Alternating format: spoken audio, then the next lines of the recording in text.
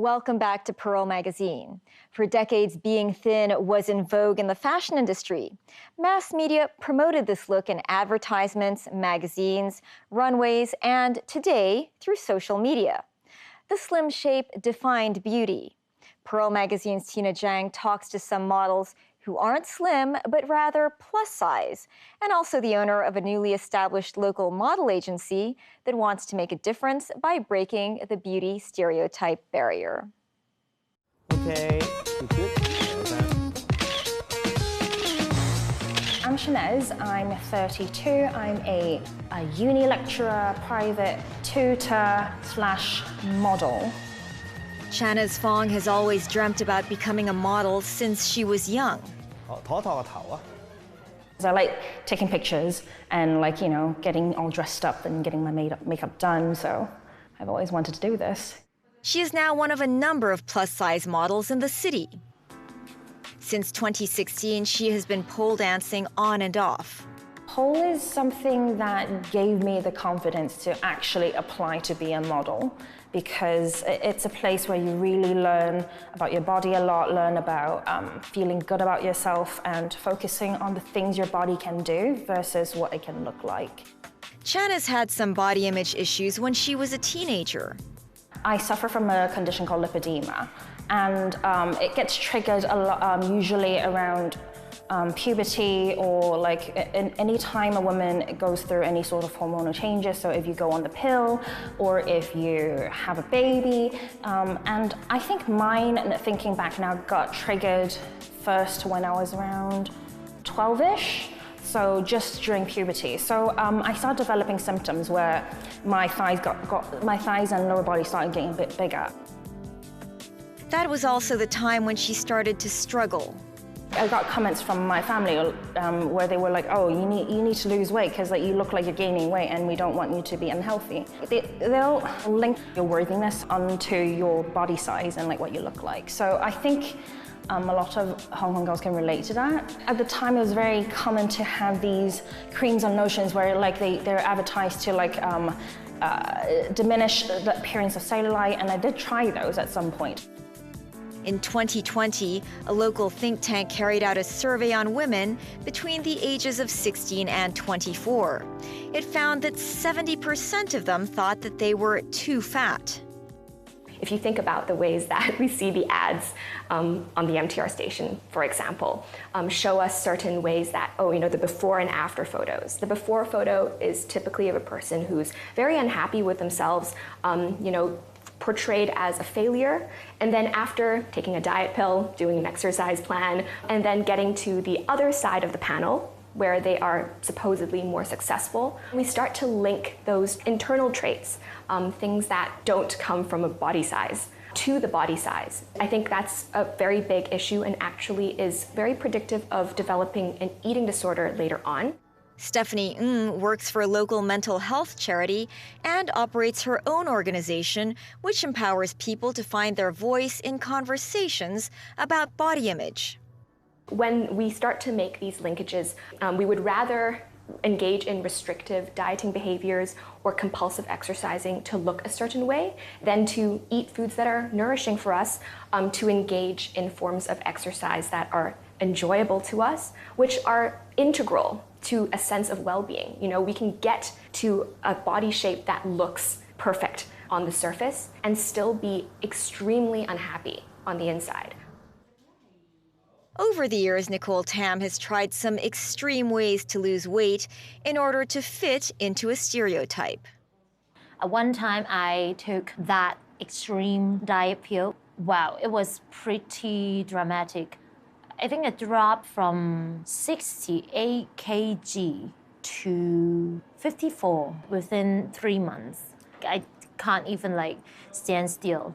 I was constantly dizzy and feel sick the whole time. But I was like, it's okay, it's all worth it because I will be skinny like everyone else and I will be a good dancer. Nicole grew up dancing jazz. It's very classical dance categories. You got to have slender shoulders, skinny body, no bellies, that kind. Nicole believed that she was just slightly bigger than the other girls, But her teacher disagreed. There was a dance tutor, just shout to me, what are you even doing here? You shouldn't even be dancing. Look at your body. No, you're like elephant dancing. This is not for you. You're too big for it. Nicole loves all kinds of performing. She says she would do anything to be on stage. I'm in the very competitive performing world. Most of the shows, dramas, musicals, the main character are often skinny. She must be skinny because she's delicate. She's fragile. She's not me. Because of this, she continued trying to be thin, hoping that it would bring more job opportunities. I would starve myself for a couple of days before the casting to hope that I will book the job. But yeah, the chance is very, very small because there's always the skinnier girl out there. Vincent Choi operates a PR and marketing agency. He thinks there is a market for plus-size models. When we do some PR job and marketing advertising job, we always want to recruit different types of models. And some of the models agency only focus on those typical type of model. When we want to find some precise model and curvy one, we can't find one. We inspire us to do something special and form an agency that specializes in providing curvy size model and provide a platform for people to find those types of talent. Established last year, Vincent believes his agency is the first plus-size model agency in Asia. It now has around 40 models from Hong Kong and Taiwan. Both Nicole and Chanhnez have signed up with it. A lot of advertising that is using plus-size model right now in the Western world.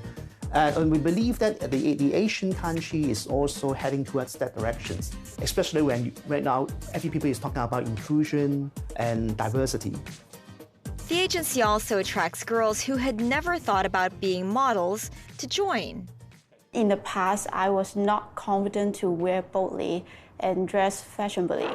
Even when I'm in school uniform, I felt something went wrong with me and I couldn't fit in. Hong Kong people is not a fans of chubby girls, and the plus-size model in Asia is weird as well. Tons of voices telling you from online to offline world that this is impossible. Rather than modeling, Anna was more interested in having her own fashion business. I love dressing up, but I found it's so hard to find stylish plus-size clothing, so I decided to do it myself. 2 years ago, Anna noticed that there were very few clothing options for local curvy girls her size, so she started an online shop selling plus-size clothes she bought from wholesale markets overseas. Now she also designs and produces in Hong Kong. Anna's shop has over 7,000 followers now, selling 8 to 10 pieces a day. She also hires plus-size women to model the clothes, and if there aren't enough models, she does it herself. I was my own model. I shoot regularly for my own brands. Always receive some message from my clients that how they appreciate I show my confidence in our pictures, and that's motivate me to shoot more. Influenced by Western culture, Anna gradually built up her confidence. Beauty doesn't have a weight limit.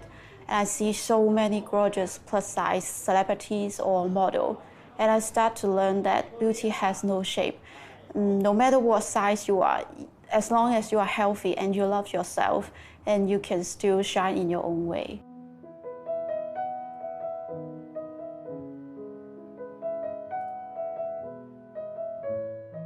As a model, you are not only representing the brand and the product, you are showing the next generation or the public what is the trend.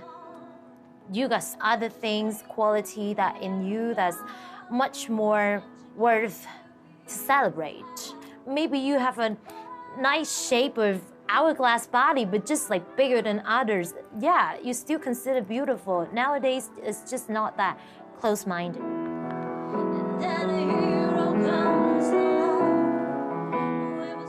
No matter how good looking you are, your looks fade eventually.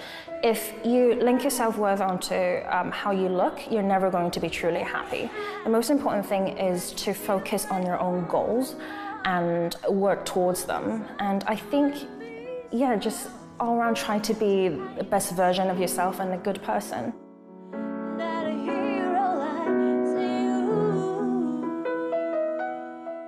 That's our show for this week. Join us again for Pearl Magazine next week. Good night.